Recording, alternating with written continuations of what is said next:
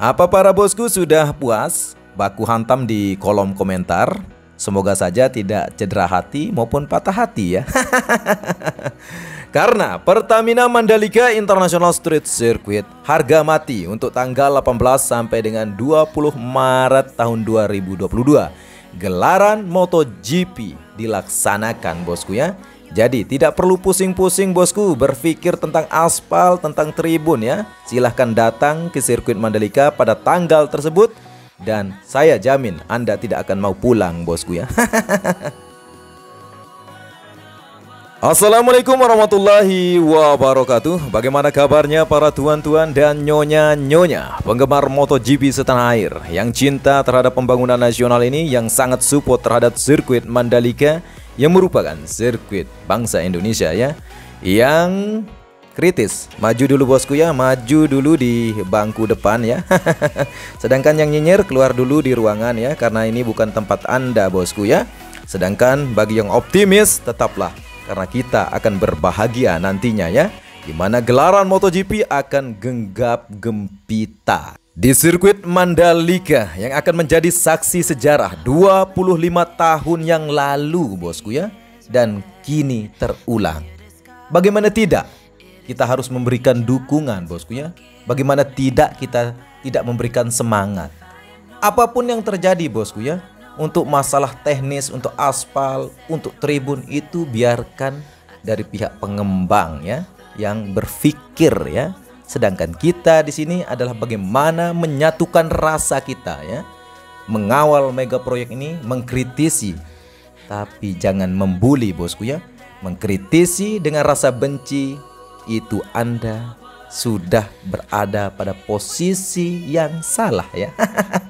Sedangkan mengkritisi dengan data, dengan fakta, bahwa Anda itu cerdas ya. Jadi saya tidak pernah mengatakan para bosku ya, yang kritis itu tidak berguna atau tidak kita butuhkan ya. Sangat bosku. Kenapa kami share video-video ini ya dari awal pembangunan ya? Karena keterbukaan publik. Dan tidak ada satupun mega proyek di nasional ini, bahkan di dunia, dari tanah merah sampai teraspal, kita bisa liput, bisa kita share, dan bisa Anda ini menjadi bahan kita berdiskusi bersama untuk kemajuan bangsa ini ya. Iya bosku, silahkan duduk. Yang masih belum masuk silahkan masuk dulu ya. Duduk manis sambil minum kopi, makan cemilan ya. Tentunya kita akan banyak membahas tentang viralnya ya, perbaikan area aspal ya. Di bagian mana? Yang ini merupakan salah satu rilis resmi dari ITDC sendiri di portal Instagramnya. Silahkan dicek ya. Dari keterangan ITDC tersebut, saya mengambil sebuah statement ya di situ, atau sebuah pengumuman penting. Itu merupakan salah satu konsumsi publik yang sangat terbuka ya. Saya acungkan jempol ya, baik untuk ITDC dan MGPE, sangat terbuka terhadap pembangunan nasional ini ya. Itu mantap bosku ya. Karena yang sensitif pun dari pihak TDC pun memberikan informasi ya, di mana di area sebelum tikungan ke-17 sampai dengan sesudah tikungan kelima akan dilakukan perbaikan. Mengapa ya? Ini merupakan salah satu masukan dari FIM dan Dorna bosku ya. Jadi kita tidak perlu pusing bosku untuk membahas tentang lintasan, karena di kesempatan itu juga MGPE menyatakan bahwa sesuai dengan schedule, gelaran MotoGP di Mandalika tetap dilaksanakan. Silahkan para bosku membuat statement atau narasi di dalam kolom komentar itu yang positif, memberikan semangat. Ini malah membuat statement dibatalkan saja. Anda ini sedikit gila ya.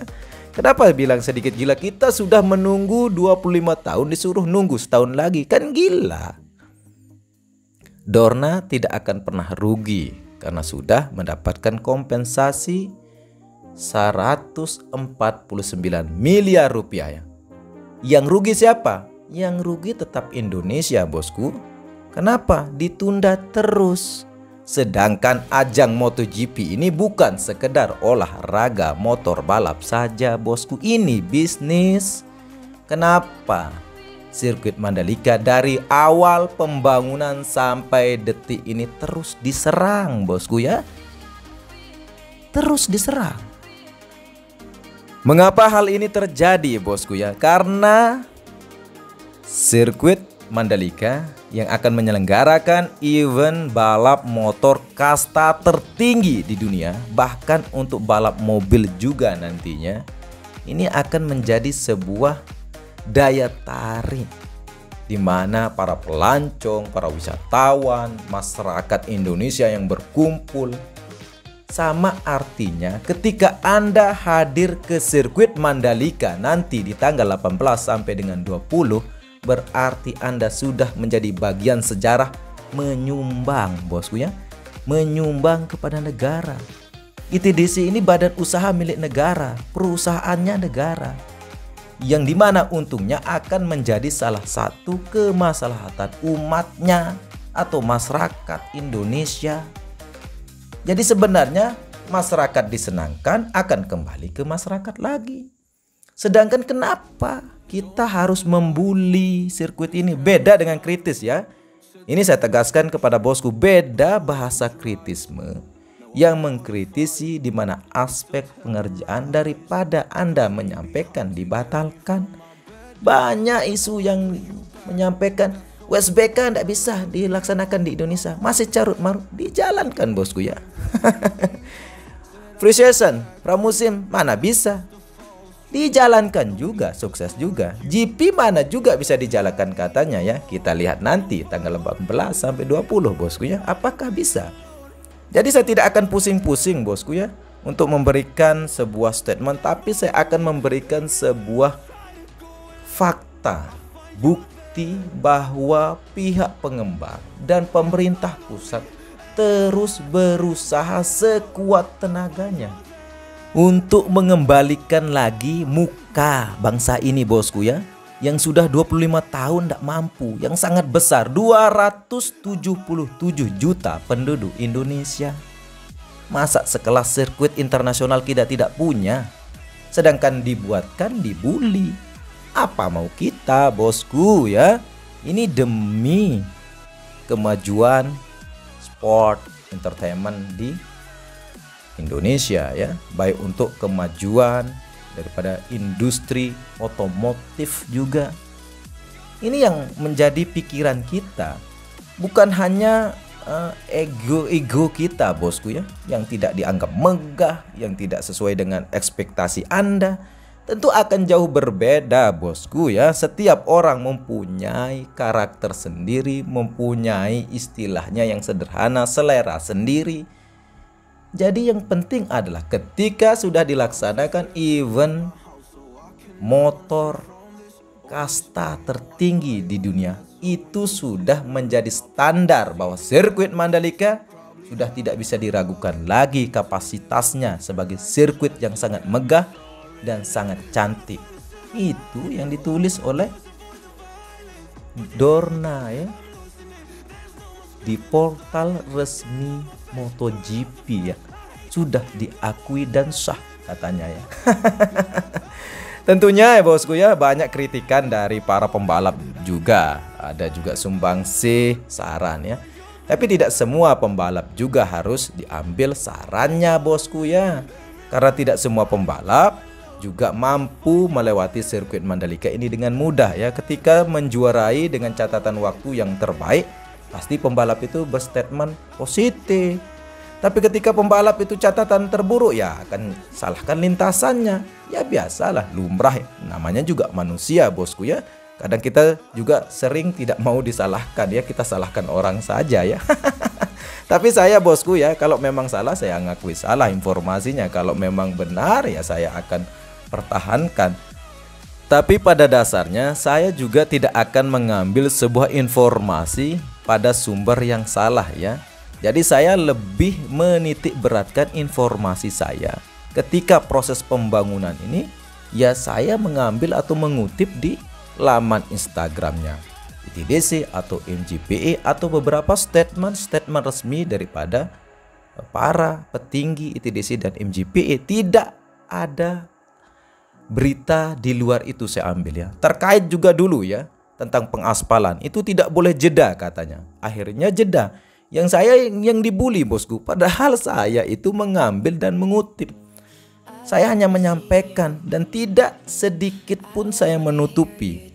Dari mulai track ke-1 sampai dengan kembali ke tikungan ke-17 tidak ada ditutupi bosku di video drone. Anda bisa lihat sendiri.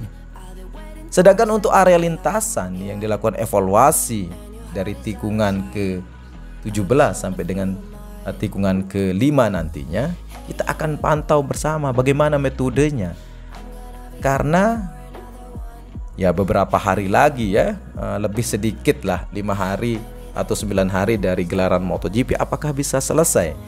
Tentu saya masih sangat percaya bagaimana metode mereka bekerja.